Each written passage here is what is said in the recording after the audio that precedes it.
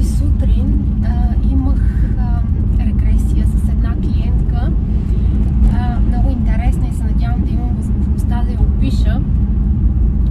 По време на регресивната терапия тя виждаше хората с сияние около тях.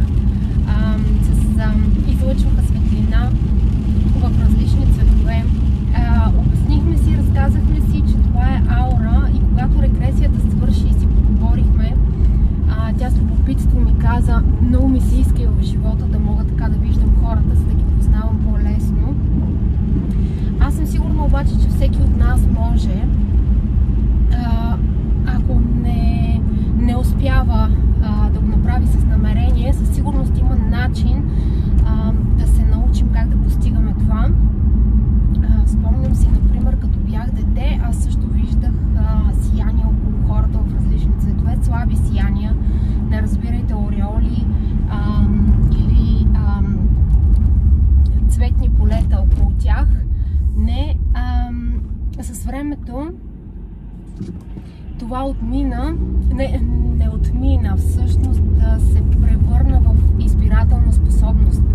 Да виждам сиянието на хора, на тези хора, само на които поискам, и останалите, които всъщност интуицията ми подсказваше, че няма да се харесваме взаимно, на тях не обръща внимание и наистина не си правих труда да виждам тяхната аура. Как се случва това? Обикновено, когато водя разговор с някого и се фокусирам в полето между главата и рамото му, тук където е врата, най-лесно ми се получава с така разфокусиран поглед в тази точка,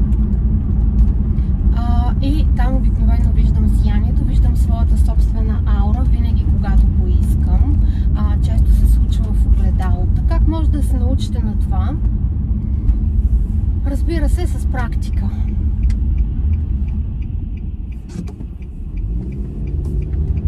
Секунда, защото избрах момента да говоря и да шофирам.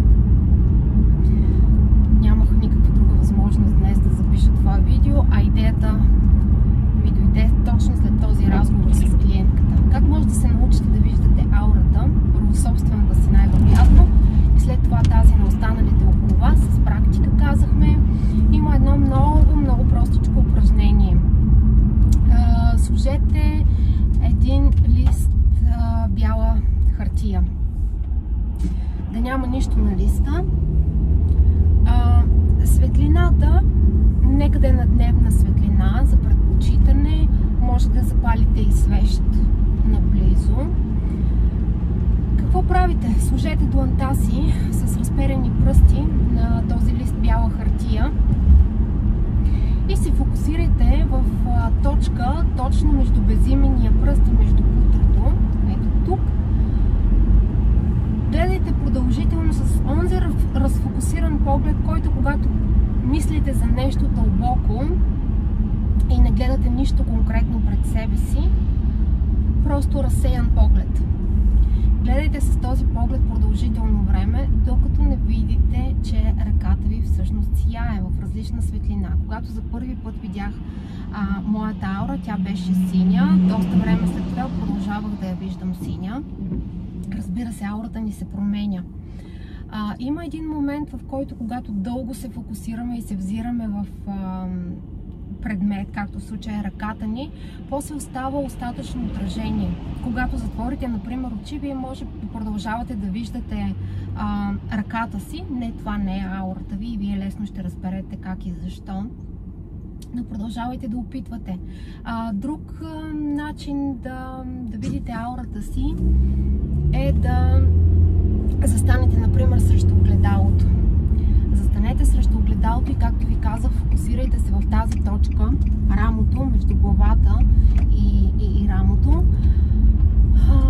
Отделете всичкото време, което ви е нужно. Най-вероятно няма да стане от първия път. И нито е притеснително, нито плашещо, нито е сигнал, че няма да успеете. Ще успеете с практика. Аз съм сигурна, че всеки може да вижда тази аура. Собствената си, тази на другите. И нещата се случват наистина с практика.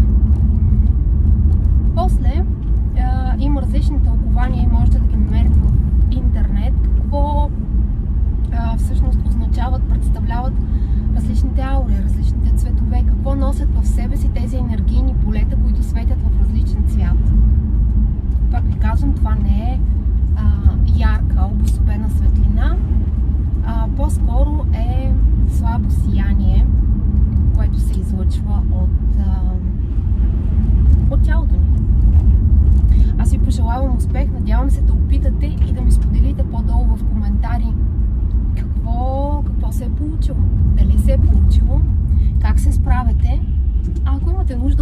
насоки и мога да ви помогна. Знаете къде?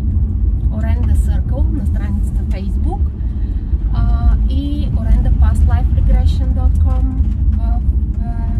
на уебсайта на Orenda. И съм там